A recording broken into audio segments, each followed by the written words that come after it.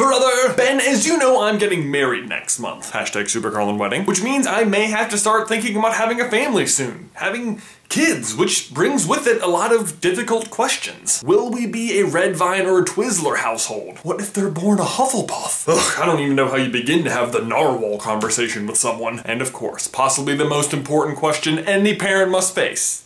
In which order will you show your kids Star Wars?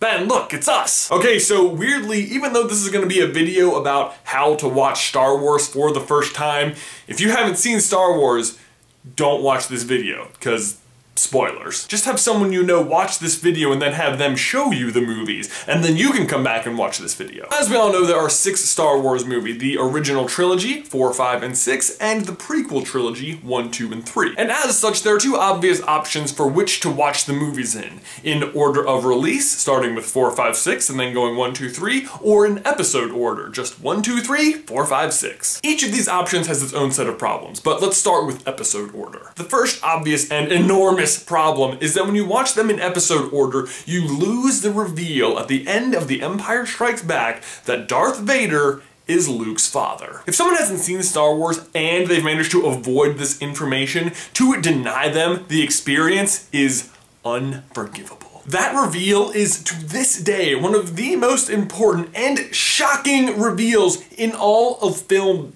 history. The other main issue with starting with episode 1 is that your first introduction to the Star Wars universe is episode 1. Jar Jar should not be a part of anyone's first time. I'll get to the specific problems with episode 1 in a second, but the bigger issue with starting with the prequel trilogy is that it's just a lot of backstory for Darth Vader, which is all good and well, but it doesn't really mean much to you if you don't already know who Darth Vader is. So, not episode order. How about release order then? Well, this is significantly better, but still has at least one major problem, and it's at the very end of Return of the Jedi. After they destroy the Death Star and everyone's down celebrating, Luke looks over and sees 3 people: Obi-Wan, Yoda, and Hayden Christensen? Who the heck is that? Now this might not be an issue if you're watching a really old version of Star Wars and have been spared all of the George Lucas edits, but if you're watching a newer version and you get to the end of Return of the Jedi, you've never seen that character before. You don't know that that's Darth Vader. It doesn't look like the guy you just saw unmasked. It's just some teenager with long hair. What the crap? But don't worry, Ben. There's a third option,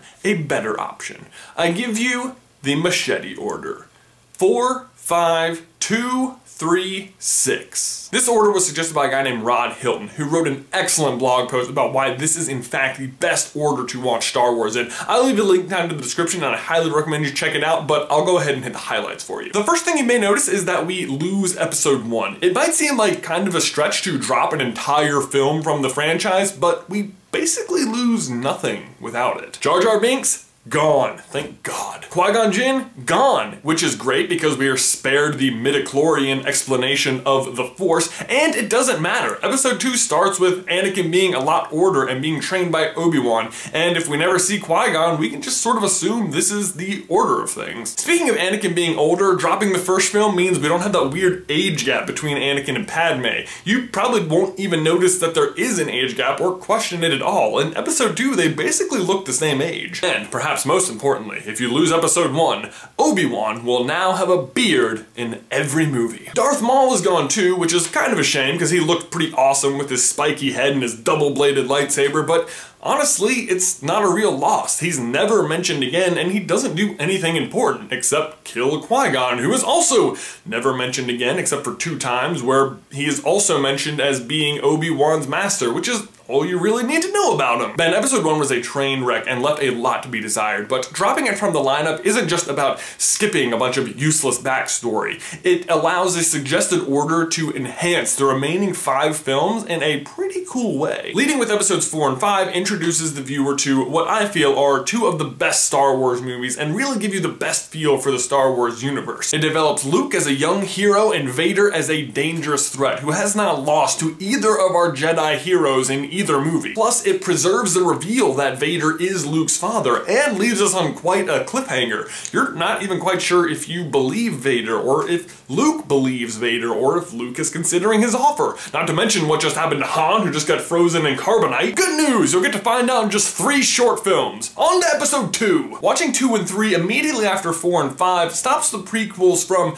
being just pointless backstory to an epic flashback. We get to see the beginning of Darth Vader, and Obi-Wan is back! And because we skipped episode 1, we get to see just how similar the path of Luke and Anakin is. They're both trained by Obi-Wan, they both have their families destroyed on Tatooine. The only difference is we know what path Anakin goes down. He chooses the dark side. This order also enhances the reveal that Leia is Luke's sister. We get to hear it from a dying Padme, and at this point we won't have even heard of Leia for 2 movies, so when we hear her say it, it's kind of shocking. And that brings us back to Return of the Jedi, where we haven't seen Luke for 2 films, and we are reintroduced to him wearing a black sweeping cape and force choking a guard and on his way to a crime lord's base. All very Vader-like, if you ask me. Could Luke be on the path to the dark side as well? Is he considering Vader's offer? Because that's Luke's story in Return of the Jedi. Is he going to follow in his father's footsteps?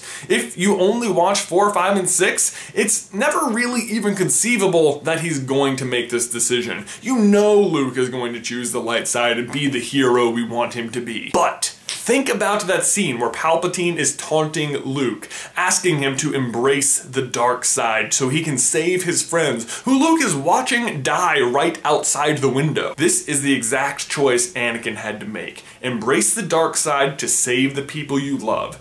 Anakin chooses to follow this path.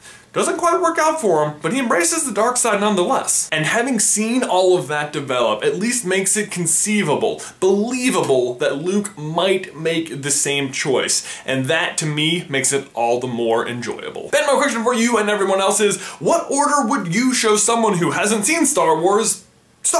And have you tried watching in the machete order? Let me know down in the towel section below, and I will see you in another life, brother. These socks are amazing! Also, if anyone out there listens to podcasts, I want to give a quick shout out to one called The D-Cast, which is a cool podcast that talks about Disney and Pixar and Marvel and Star Wars and all that stuff. And actually today, they were talking about SuperCarlinBrothers, so I'll leave a link down to their latest podcast in the description, and if you want to go check them out, do it. It was pretty good.